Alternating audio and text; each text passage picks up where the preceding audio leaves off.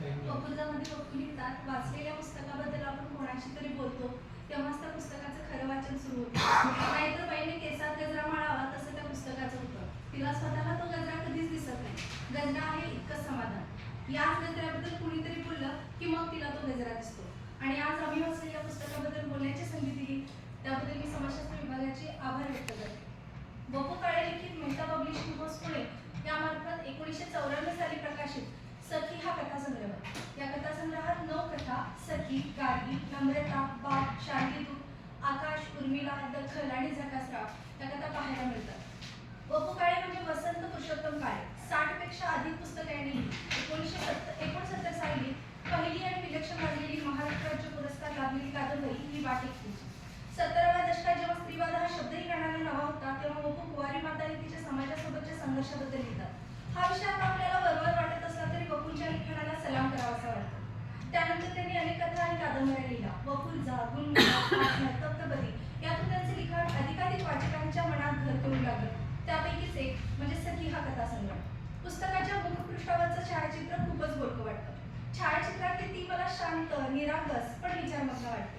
काहींना तिची नजर पाणवलेली दिसेल, काहींना झुकलेली तर काहींना प्रश्न विचारणारी.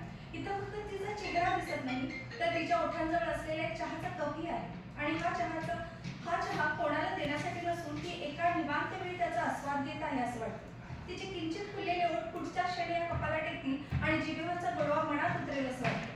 एकाच चित्रात विचारमग्न, स्वच्छंदी, सहृदयी अशी ती सखी. हे छायाचित्र संपूर्ण पुस्तकातील स्त्रीपात्रांबाबत बोलून जातं. स्वशोधणारी, आत्मभान असणारी आणि तितकीच अल्लड अशी अनेक स्त्रीपात्रे सखी स्वरूपात आपणास या पुस्तकात भेटतात. स्त्रीच्या विविध भावनिक रूपांवर आधारित मैत्री, प्रेम, विरह, नात्यातील ताणतणाव मांडणारा हा कथासंग्रह. यातील काही पात्रे काळाच्या अगदी पुढे असले आणि काही अतिरंजित वाटत असली तरी ती आपली वाटतात. सखी स्त्रीच्या विविध रूपातून सर्वांना हवं असं वाटणारं कुठलं रूप असेल तर ते सखीचं. म्हणूनच अशोकने लग्नानंतर पुंगूचं नाव बदलून सखी ठेवलं. सखी जिला तो आपल्या अस्तित्वाचा हिस्सा समजतो. सखी म्हणते बहुतेक अशोकला आपलं मरण लवकर समजलं होतं आणि म्हणूनच त्याने त्याच्या व्यवसायाशी माझी ओळख करून दिली. सांगत नाही इतक्या नवीन मित्रांशी माझं नातं जोडून दिलं. अशोकच्या जाण्यानंतर त्याचा अंश ती प्रत्येकात शोधत राहिली. चंद्र, त्याची शीतलता, आशा आणि तिची गाणी, तिच्या सहवासातील प्रत्येक व्यक्ती ती अशोक पाहत होती. इंद्रधनुष्य पडलं की अशोक भेटायचा. सखीनं आयुष्यातील सर्व रंगांचा स्वीकार केला. कोणाचा धिक्कार नाही किंवा कोणाचं कौतुकी नाही, अहवेला तर मुळीच नाही. अशी वपूची सखी अशोकच्या सहवासात कशी घडली हे सांगताना वपू एक प्रसंग लिहितात. सखी म्हणते ऑफिसमधली स्त्रिया मला माझी वरवर चौकशी करतात तर पुरुष मंडळी मला ठीक कशाने वाटेल याची काळजी घेतात. माझ्या सौंदर्याचा भाग किती आणि समोरच्या माणसाचा निखळ आत्मीयतेचा प्रश्न किती. यावर अशोकनं उत्तर दिलं, सौंदर्याचा अहंकार सोडलास तर फक्त आत्मीयतेचा प्रत्यय. समज सोडला तर इतरांचे हेतू. ते पुरुषाच्या मनात जन्माला येता क्षणी बाईला त्याचा वास येतो. जेवढी निरागस होशील तेवढी स्वतंत्र होशील. अशोकच्या जाण्यानंतर ही निरागसता जपणारी सखी. कीर्तनाकडे महागडा पॅन्ट्री समोर ठेवून वाढदिवसाच्या शुभेच्छा देणारी आणि तितक्याच हक्काने स्वतःच्या वाढदिवसा दिवशी साडी मागणारी सखी. आठवड्यातून एकदा पुण्याला जाणाऱ्या डॉक्टर निखिलला पुढच्या पुण्याच्या ट्रिपला मी सोबत येऊ का हे बिनधास्तपणे विचारणारी सखी. चंद्रप्रकाशात फिरताना कुसुमाग्रजांच्या काळ सखे गळ्यातील तुझे चांदण्याचे हात या कुसुमाग्रजांच्या कवितेची आठवण होऊन तिचा अलगद हात धरून तो परत सोडणारा चेतन जेव्हा तिला विचारतो की रागवलीस का तेव्हा ती म्हणते मला स्पर्श झालाच नाही, तू तर चांदणे धरलं होतंस असं उत्तर देणारी आणि निमकरांच्या शब्दांना बळी पडून तिच्याशी सलीकरणाचा प्रयत्न करणाऱ्या चेतनला तोंडात भडकवणारी. दुसऱ्या क्षणी आपली चूक लक्षात येऊन स्वच्छ नजरेनं समोर उभ्या राहिलेल्या चेतनचं पुन्हा स्वागत करणारी अशी ही सखी. याच पुस्तकातील एक पात्र म्हणजे गार्गी, विलक्षण मुलगी, परिस्थितीने लोकसमंजसपणा आलेली पण आतमध्ये बालपण लपलेली. जेव्हा वपू म्हणतात की महाभारतातील धर्म आणि यमधर्माचा संवाद ते या गार्गी समोर मांडतात.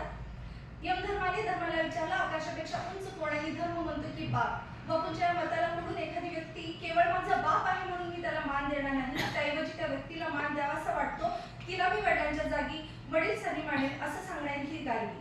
हे स्त्रीचं अल्लड पण परिस्थितीनं कठोर बनवलेलं रूप. नम्रता एक सुशिक्षित आणि अशी स्त्री जी संसार आणि करिअरच्या जबाबदाऱ्या हसतमुख पार पडते. अशा वेगवेगळ्या अंगाने भेटलेली ही सखी, तिचं अस्तित्व, तिची भावुकता, वैचारिक उंची, तिची दुःख, तिची उत्कटता प्रत्येक कथेत वेगळ्या रूपाने समोर येते आणि ती प्रत्येकाला हवीशी वाटते. वपू स्वभावाचे पॅटर्न्स मांडतात. ते आपल्या सहित आपल्या अवतीभोवती दिसतात म्हणून ते प्रत्येक पात्र मनाला भेटते.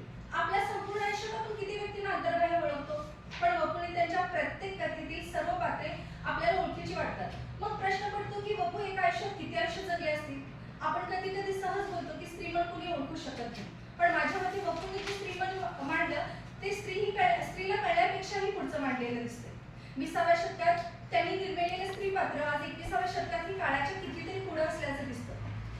तिचा जीवनाकडे आणि शरीर सुखाकडे पाहण्याचा दृष्टिकोन लिंकरांसारखा का किंवा आपल्याला आज कळणार नाही. कदाचित ती स्वैराचारी वाटणार नाही, पण तिचं स्वातंत्र्यही आपल्याला झेपणार नाही. वपू लिहितात, या जगात अनेक वाईट गोष्टी घडतात. कोणी भ्रष्टाचार करतं, कोणी चोरी करतं, कोणी खून करतं, पण लोक यावर बोलत नाही. या समाजात त्यांचं स्वागतच केलं जातं. समाज बोलतो तो फक्त स्त्री पुरुषांच्या संबंधांवरच, त्यांच्या नात्यावर. त्यांना हाच विषय सगळ्यात जास्त आवडतो. मग अशा समाजाला वपूंच्या सखी, गार्गी आणि बाकीसारख्या स्त्रिया डोळ्यात फुटतात. प्रत्येक स्त्रीकडे जेव्हा सखी म्हणून तुम्ही पाहायला चालू कराल, तेव्हाच या नात्याचं पावित्र्य राखलेलं तुमच्या लक्षात येईल. धन्यवाद.